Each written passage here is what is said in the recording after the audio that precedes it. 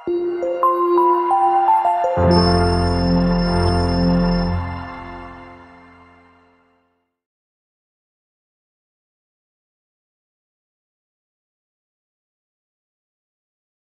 semuanya, selamat pagi, selamat siang, selamat sore, selamat malam adik-adik Genius. Selamat datang kembali di channel Belajar Alat Klinik Genius. Tentunya kita akan belajar matematika bersama Kak Asri. Nah, di video kali ini kakak akan bahas materi mengenai logaritma.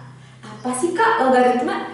Logaritma itu adalah inverse dari atau kebalikan dari perpangkatan atau eksponen. Seperti apa Kak? Coba deh ingat lagi. Perpangkatan itu apa? Perpangkatan itu bentuk umumnya ya, kita kenal dengan A pangkat X ya. Misalkan hasilnya itu adalah B. Nah, itu kan bentuk umum dari perpangkatan atau eksponen kan ya. Kita masuk ke definisi logaritma ini. Kakak akan menjelaskan definisi logaritma itu. Jadi, karena tadi logaritma itu adalah inverse dari eksponen, pasti ada hubungan kan antara eksponen dan logaritma. Nah, hubungannya itu apa Kak? Hubungannya itu ketika A pangkat X sama dengan B, artinya sama aja dengan A log B sama dengan X. Artinya X itu sama dengan logaritma B dengan basisnya itu adalah A. Nah, jadi contoh nih, misalkan 2 pangkat X sama dengan 8. Kan kita tahu bahwa penyelesaiannya itu adalah 2 pangkat X sama dengan 2 pangkat 3. Berarti kan X-nya itu kan sama dengan 3. Nah, artinya kalau kita ini artikan ke logaritma ya, ini contoh, itu kan artinya 2 log 8 sama dengan X. Nah, 2 pangkat berapa? 2 pangkat berapa yang hasil 8? Itu adalah 3.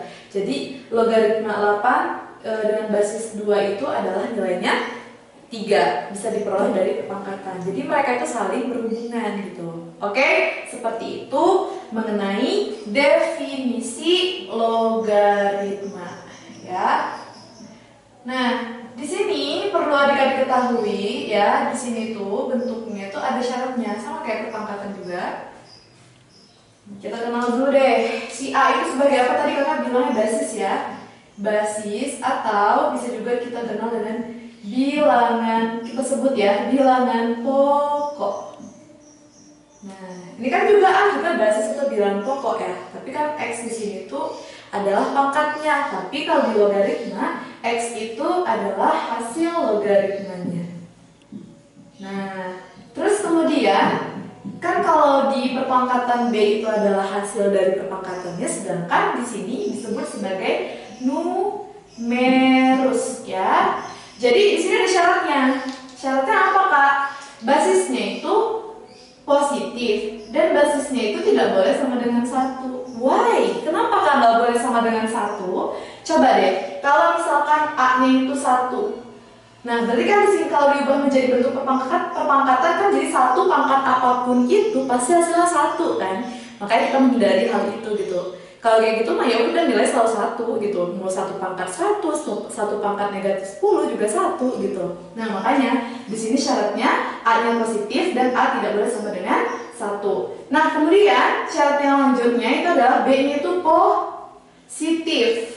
Numerusnya harus positif ya. Kemudian kenapa numerusnya harus positif? Kalau diubah ke dalam bentuk ini, kalau dia negatif, misalkan nih A-nya itu kan tadi positif, maka di sini juga kita harus pastikan positif gitu. Ya. Oke, selanjutnya selain A itu positif, B juga harus kita pastikan positif karena A-nya tadi positif. Kan kalau kita ubah bentuk logaritmanya ke bentuk pangkat, B kan A tadi positif, maka di sini juga harus positif kan basisnya harus sama gitu. Nah, kalau di perpangkatan, makanya di sini harus positif. Kemudian B boleh nggak Kak sama dengan 1? Boleh-boleh aja nanti ya, kita ke sifat-sifat logaritmanya. Nah, kemudian setelah itu udah, jadi itu syaratnya ya. Yang X-nya kan bergantung dari A sama B-nya kan ya, seperti itu. Contoh lagi deh, contoh. Ini kan contoh pertama tadi ya. Contoh kedua, misalkan ada 10 log 100 gitu ya. Kan kalau ini kan berapa nilainya gitu. Artinya kan ini tuh berdasarkan definisi, ini tuh artinya 10 10 pangkat X sama dengan 100 ya. Atau X-nya itu sama dengan 2. Kenapa Kak 2? Karena 100 itu kan 110 pangkat 2. Nah, seperti itu. Artinya 10 log 100 itu sama dengan 2. Nah, biasanya kalau basisnya 10 itu nggak ditulis gitu ya. Tidak ditulis, jadi kesepakatan tidak ditulis. Jadi kalau misalkan nih ada logaritma basisnya nggak ada, bukan berarti nggak ada basis, tapi basisnya itu adalah 10. Nah, itu hanya berlaku untuk nilai 10. Tapi kalau untuk yang lain harus tertulis, misalkan basis 3 ada 3 log berapa gitu. Misalkan basis 10 basis 9 log berapa, seperti itu ya. Nah, kemudian lanjut nih yang ketiga. Di sini di logaritma, meskipun materinya logaritma, kita jangan lupakan si materi eksponen, karena materi eksponen, sifat-sifat eksponen itu digunakan juga ketika kita menyelesaikan soal-soal logaritma. Nah, contohnya seperti apa? Seperti ini. Nah, contohnya seperti ini. Misalkan nih, sepertiga log 3 misalkan nilainya Y itu berapa? Kalau kita ikuti definisi, ini kan artinya sepertiga Y sama dengan 3, ya enggak? Kan A log B sama dengan X, A pangkat X sama dengan B. Di sini sifat dari eksponen pangkat negatif kan, di sini kan artinya 3 pangkat min Y sama dengan 3 pangkat 1, maka kita peroleh negatif Y sama dengan 1 atau Y sama dengan negatif 1, seperti itu. Oke, berarti sepertiga log 3 itu sama dengan negatif 1 hasil logaritmanya. Itu kurang lebih contoh-contoh logaritma ketika kita menggunakan definisi logaritma. Nah, bagaimana? Kan kalau kayak gini kan menggunakan definisi logaritma. Ternyata di logaritma itu juga ada sifat-sifat logaritma ya, jadi nggak hanya eksponen doang. Ternyata logaritma juga punya sifat-sifat logaritma yang dimana sifat-sifat logaritmanya bisa kalian gunakan ketika menyelesaikan soal-soal logaritma tentunya, seperti itu ya. Ada 10 sifat logaritma yang sekiranya adik-adik harus kuasai gitu ya. Oke, baiklah adik-adik, ini adalah 3 contoh yang tujuannya menentukan nilai dari logaritma dengan menggunakan definisi logaritma. Nah, selanjutnya kita bahas sifat-sifat dari logaritma ya. Oke, sifat-sifat logaritma.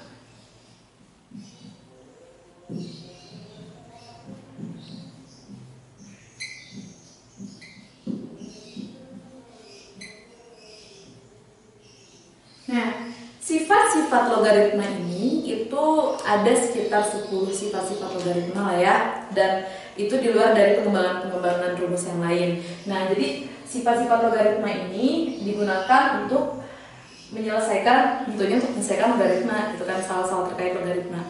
Nah, jadi sifat yang pertama, kalau ada A log B ditambah A log C, nah A log B tambah A log C, lihat di sini basisnya yang sama ya. Jadi basisnya itu harus kita pastikan sama, maka bentuknya ini bisa kita ubah menjadi A log B dikali C. Nah, kalau tambah kali tambah, terus kalau bagi masih kurang gitu ya. Yang kedua, kalau ada A log B dikurang A log C, maka ini jadinya A log numerusnya dibagi ya, B dibagi dengan C. Jadi pastikan basisnya harus sama. Bagaimana kalau basisnya nggak sama, Kak? Nah, kalau gitu ya kita nggak bisa mengubah bentuk dari bentuk ini gitu. Jadi harus sama dulu basisnya. Nah, yang ketiga, kalau ada A log B dikali B log C, maka kita lihat nih, A log B, B log C, ini kan kayak continue gitu ya. Sebenarnya kan gitu cara ngafalnya. Nah, jadi artinya kalau ini kita bisa kita ubah menjadi A log C. Nah, oke, lanjut yang keempat. Jadi ingat ya, di sini tuh harus numerusnya B, di sini basisnya itu B. Jadi nggak boleh, pokoknya harus seperti ini bentuknya. Nah, maka kita bisa mengubah bentuk ini menjadi A log C. Bergantung nanti ya kontekstualnya gimana. Nah, yang keempat, kalau misalkan ada A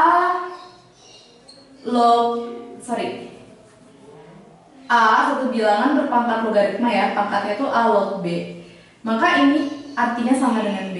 Jadi kalau misalkan si bilangannya itu sama dengan basis pada pangkatnya ya, kan basis pangkat itu kan logaritma yang punya basis sama dengan bilangannya, maka itu hasilnya numerus dari pangkatnya itu B. Oke, lanjut yang kelima. Kalau ada A log A pangkat M ya, log B pangkat M. Nah, kalau misalkan seperti ini, kita bisa mengubahnya menjadi M per M. Pangkat dari numerus dibagi dengan pangkat dari basis dikali dengan A log B. Jadi kalau ini bisa kita ubah lagi jadi ini gitu. Nah, dari sini tuh bisa juga kita kalau misalkan ada A log B pangkat N, artinya sama aja dengan N per 1. Kan di sini pangkatnya 1 ya. N A log B. Kemudian yang ketujuh ada A log B, itu bisa kita ubah menjadi C log B per C log A. Jadi C di sini apa maksudnya Kak? Ya basis, itu basis. Dengan catatan C-nya itu positif dan C tidak sama dengan 1 ya. Syarat basis lah gitu.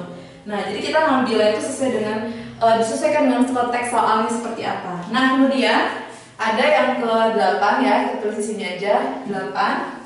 Kalau A log B, tadi kan A log B tadi bisa kita ubah menjadi ini, juga bisa kita ubah menjadi 1 per B log A. Jadi basisnya bertukar sama numerus, tapi harus 1 per gitu ya. Nah, kemudian 9 ada A log A. Kalau ada A log A, artinya kan di sini misalkan X, berarti kan A pangkat X sama dengan A, berarti X sama dengan 1. Berarti di sini kalau basis sama dengan numerus, maka nilai dari A log A itu ya kan basis sama numerus sama, itu adalah 1. Nah, kemudian yang ke-10 A log 1. Tadi kan ada pertanyaan nih, kenapa kalau bisa lebih dari 1 gimana Kak? Gitu kan ya. Nah, kalau ini kan artinya kalau kita misalkan di sini hasilnya X, A pangkat X sama dengan 1. Artinya kan A pangkat berapa sih yang hasilnya 1? Itu pasti 0. Maka di sini itu 0. Jadi mau berapapun A-nya, misalkan 5 log 1, 6 log 1, 100 log 1, itu pasti sama dengan 0. Nah, kalau ini 100 log 100 itu adalah 1. 50 log 50 1. Berapa lagi? Misalkan setengah log setengah juga 1 gitu. Oke, pokoknya kalau misalkan numerus sama basis dan numerus sama, maka hasilnya selalu 1 hasil logaritmanya.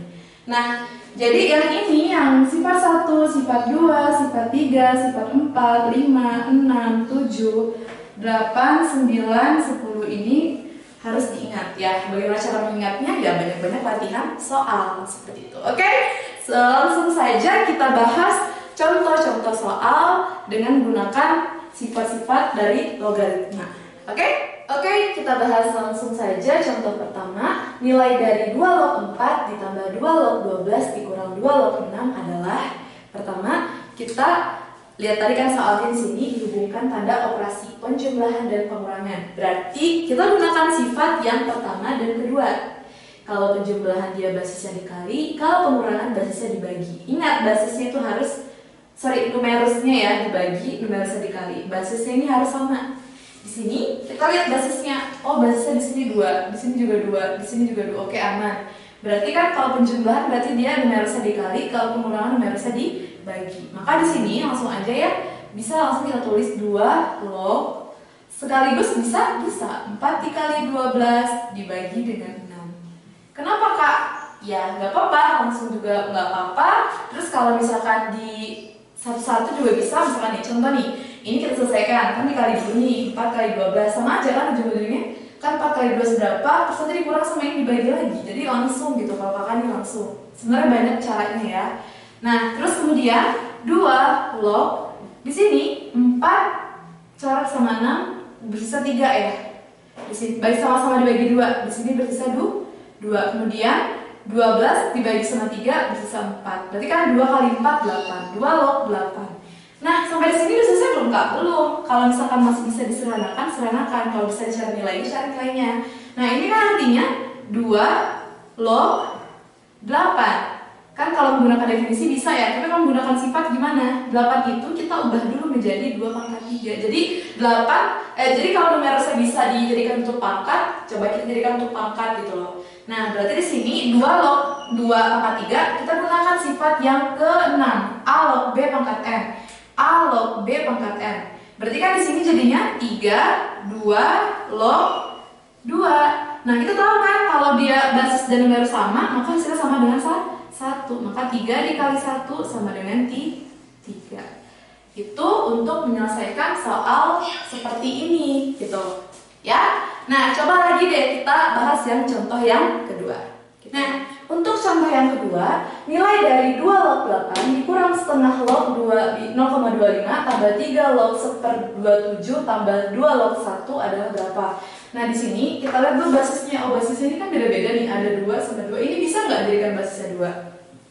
Tentu bisa, kita gunakan sifat dari eksponen ya. Kita tuliskan kembali 2 log 8. Ini kan kalau setengah itu 2 pangkat min 1 ya. Nah, log tulis aja dulu 0,25 atau mau dijadikan pecahan juga bisa 25/100. Kemudian ditambah 3 log. Ini kan jadinya kan kalau 1/27 itu kan 1/3 pangkat 3. Kalau dijadikan untuk tidak bentuk pecahan, berarti kan 3 pangkat negatif 3. Tambah 2 log 1. Boleh nggak langsung dicari nilainya? Boleh-boleh aja. 2 log 1 itu kan sama dengan 0 kan? Si numerusnya kalau 1 pasti hasilnya 0. Sifat yang ke ini, sifat ke-10. Maka di sini kita peroleh 2 log 8. Tulis dulu deh. 2 log 8 ya. Terus ini kan kalau misalkan ini ada, kan basisnya kan masih belum sama nih. Kan kalau 2 pangkat min 1 bisa nggak menggunakan sifat yang ini, sifat yang kelima. Kan kalau A pangkat M log B pangkat N berarti N per M. Di sini kan 25/100 kan pangkat 1. 1 bagi min 1 jadi min 1. Bertemu dengan min jadi plus ya. Plus 2 log 25/100. Begitupun dengan ini, min 3 pangkat 1 ini kan pangkat 1, min 3/1 min 3. Min 3 bertemu dengan plus min 3 log 3. Mau langsung 1 juga nggak apa-apa. Nah, di sini kan kalau udah sama nih basisnya, boleh nggak Kak aku pakai sifat yang ke pertama? Boleh aja. Boleh nggak Kak kita cari nilai-nilai masing-masing juga boleh. Banyak ya caranya. Di sini 2 log 8 dikali 25/100. Nah, dikurang kan 3 log 3 1 dikali min 3 min 3. Maka di sini kita peroleh 2 log, ini kan coret ya. 8 sama 100 sama-sama dibagi 4. Berarti kan 2, di sini 25. 25 sama 25 1 jadi tinggal 2 log 2 dikurang 3.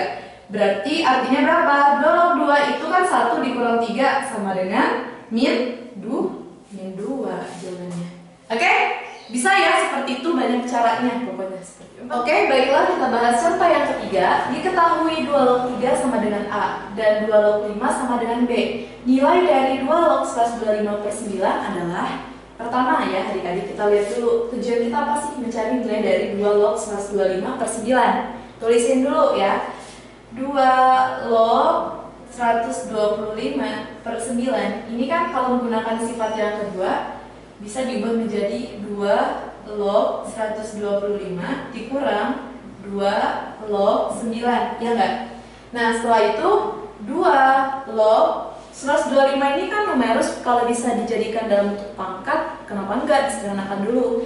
Di sini kan 125 kebetulan 5 pangkat 3 dikurang 2 log 9 itu 3 pangkat 2. Nah, menggunakan sifat yang ke-6 ya, 2 log 5 pangkat 3 itu artinya 3 dikali 2 log 5 dikurang 2 log 3 pangkat 2 artinya 2 log 3. Nah, maka di sini kita peroleh 3 dikali 2 log 5 ini itu adalah B. 3B dikurang 2 log 3 ini adalah A.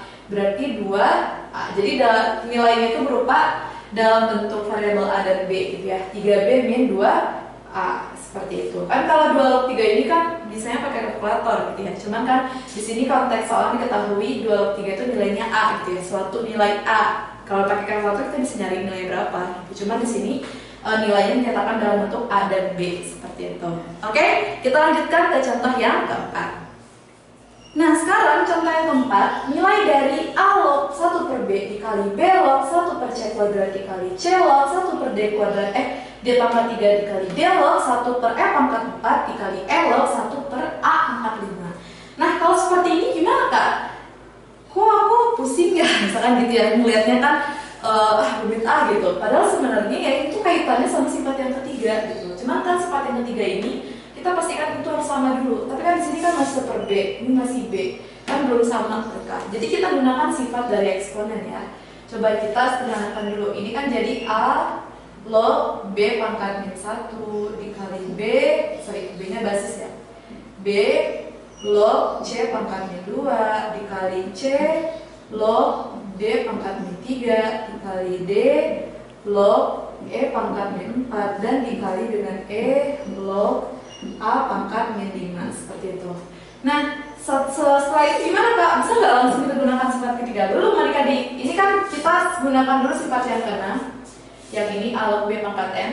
Ini artinya kan A log B pangkat min 1 dikali A log B ya, dikali min 2 turunkan dikali dengan min 2 B log C dikali ya, dikali dengan min 3 C log D dikali dengan min 4 D log E dikali dengan min 5 E log A, seperti itu. Nah setelah itu kan ini kan perkalian, maka kita bisa kalikan kan bilangan depannya. Ini min 1 dikali min 2 2 dikali min 3 min 6, min 6 dikali min 4 24 dikali min 5 min 120. Berarti di sini min 120 dikali A log B dikali B log C, karena kan bilangan tadi udah dikali semua ya, dikali C log D dikali D log E dikali E log A. Nah barulah kita bisa gunakan sifat yang ketiga ya. Ini kan A log B, B log C, A log C ya kan ya, A log C, C log D jadi A log D, A log D, D log E, A log E, A log E, E log A, berarti A log A. Jadi artinya sama aja sebenarnya, ini tuh sama nih, sama berarti tinggal kan A log A. Berarti berapa? Min 120 dikali A log A, artinya min 120 dikali dengan 1, jadi min 120, seperti itu. Gampang ya? Gampang banget gitu kalau kitanya bisa menggunakan si sifat-sifatnya gitu, sesuaikan sama konteks soalnya. Itu tuh butuh waktu atau butuh latihan gitu ketika kita ingin sifat-sifat ini tuh kita kuasai gitu. Bagaimana cara menguasai sifat-sifatnya? Butuh waktu dengan latihan. Nanti kan terbiasa. Oh iya, kalau nemu soal kayak gini, gunakan sifat ini. Jadi kalau misalkan adik-adik hanya mengandalkan menghafal, tapi tanpa ada action gitu ya, gak ada actionnya, maka ya sama aja bohong gitu. Makanya harus latihan ya. Kalau bisa. Oke, baiklah adik-adik, kita coba bahas contoh terakhir. Jika 3 log X per 3 log W sama dengan 2 dan X, Y log W sama dengan 2/5, maka tentukan nilai dari 2 log W per 2 log Y adalah. Oke, coba di sini kan kita lihat nih, kan pertanyaannya itu adalah ini yang bakal lingkarannya. Tapi kan 2 log W kan nggak ada ya. 2 log W dari mana ya 2 log W gitu. Nah, coba deh kita perhatikan sifat yang ke-7, A log B sama dengan C log B per C log A. Artinya C log B per C log A sama dengan A log B. Bisa nggak kita ubah ini? Ini tuh artinya ya, tulis di sini, artinya kan ini adalah Y log W, ya nggak? Ini yang ditanyakan. Berarti kita harus cari Y log W berapa. Dari mana sih kak? Biar kita tahu gitu loh. Y log W di sini nggak ada Y log W, malah dia ada X Y log W. Coba deh kita selesaikan dulu yang ini, yang diketahui yang pertama. Terus di sini ya. Ini kan kalau 3 log X per 3 log W yang sama seperti ini, kita ubah menjadi W log X sama dengan 2, ya nggak? Nah sekarang coba kita ubah ini dulu. Gimana sih kak? Ya kan di sini basisnya ada X Y dong, 2 variabel gitu loh. Coba deh kita gunakan sifat yang ke-8, A log B sama dengan 1 per B log A. Biar sih basis numerator sama basisnya bertukar tempat gitu loh. Artinya kan ini artinya sama dengan 1 per W log log XY sama dengan 2/5. Kan ini itu kan artinya sama dengan ini ya. Nah, berarti ketika kita yang mencari W log XY-nya tinggal kali silang aja. Jadi kan 2 W log XY sama dengan 5 atau W log XY sama dengan 5 per 2 gitu. Jadi artinya mah kalau dibalikin, juga dibalikin gitu. Ini prosesnya. Nah setelah itu di sini kan ada W log X, tapi di sini W log XY bisa nggak diubah Kak? Bisa, gunakan sifat yang ke-1. Jadi kan ini artinya W log X tambah W log Y, ya. Terus sama dengan 5 per 2. Kan W log X-nya tadi berapa? 2. Boleh langsung di sini. Berarti kan W log Y-nya sama dengan 5 per 2. Langsung ya, dikurang 2. 2 itu kalau misalkan penyebutnya 2 jadinya 4 per 2 ya. Nah, berarti kita peroleh W log Y-nya. Di sini yang kakak tulis ya. Soalnya kepotong ke bawah. Berarti kan W log Y-nya sama dengan 5 dikurang 4, 1 per 2. 1 per 2 itu adalah W log Y. Sedangkan di sini tanyakan adalah Y log W.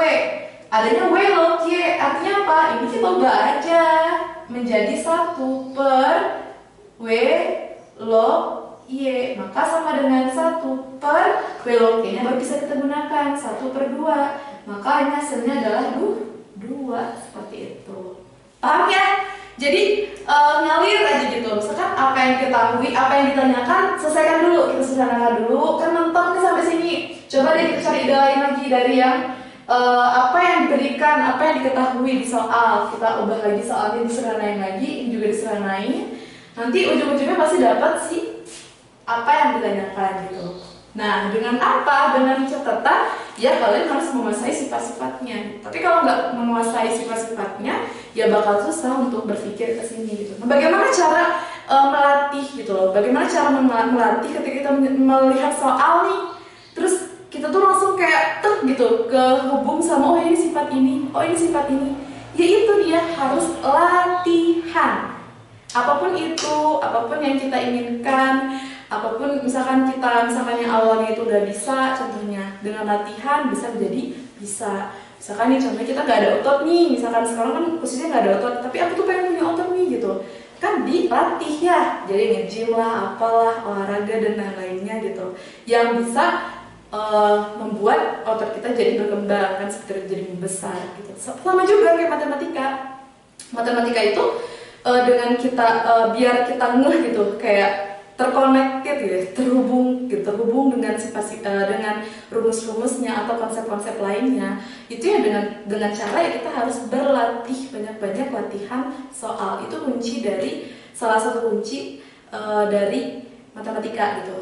Kalau kita ingin bisa matematika, kalau misalkan hanya mengandalkan kita hanya menghafalkan rumus, misalkan contoh hafal rumus sifat logaritma itu adalah bla bla bla bla bla bla bla bla, iya menghafal gitu. Tapi kan kita nggak ada actionnya gitu, nggak ada actionnya ke soalnya. Jadi itu tuh yang butuhnya itu adalah actionnya.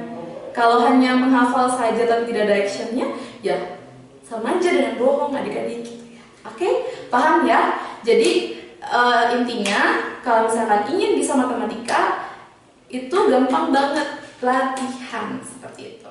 Oke, terima kasih untuk waktunya adik-adik. Semoga apa yang kakak sampaikan di video kali ini dapat bermanfaat bagi adik-adik sekalian dan dapat membantu adik-adik juga dalam belajar tentunya. Dan nantikan dan tonton terus video-video pembelajaran dari Belajar ala KD Genius. Jangan lupa tekan tombol subscribe dan lonceng untuk mendapatkan update video terbaru dari kita. Like juga ya video ini, share juga sebanyak-banyaknya ke teman-teman adik lainnya. Oke? Jangan lupa jaga kesehatan, jangan lupa bahagia, salam Genius.